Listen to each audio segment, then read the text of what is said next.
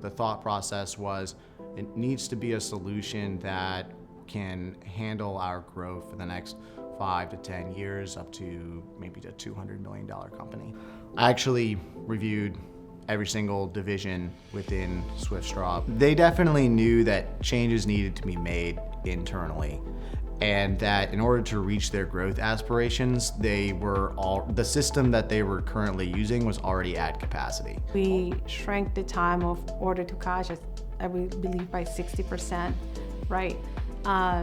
So in working with the platform, we were able to enable our finance team and shrink the month-end close activities from 10 to 3 days. But when we started looking at the outcome we wanted to see in 5 years from now is we have everything connected on one platform. One really big piece of advice that I would give to someone who's looking at Rootstock ERP is to really invest in your people and have someone who understands Salesforce, because Rootstock truly is Salesforce. We use a lot of different app exchange partners to really extend Rootstock and extend what we're able to do with the Rootstock platform. What happened is, suddenly, our executive team just pulled their mobile and they just refresh the dashboard and they know what's happening. Anytime, whatever they want. So the power of bringing the data to their hands has been transformative.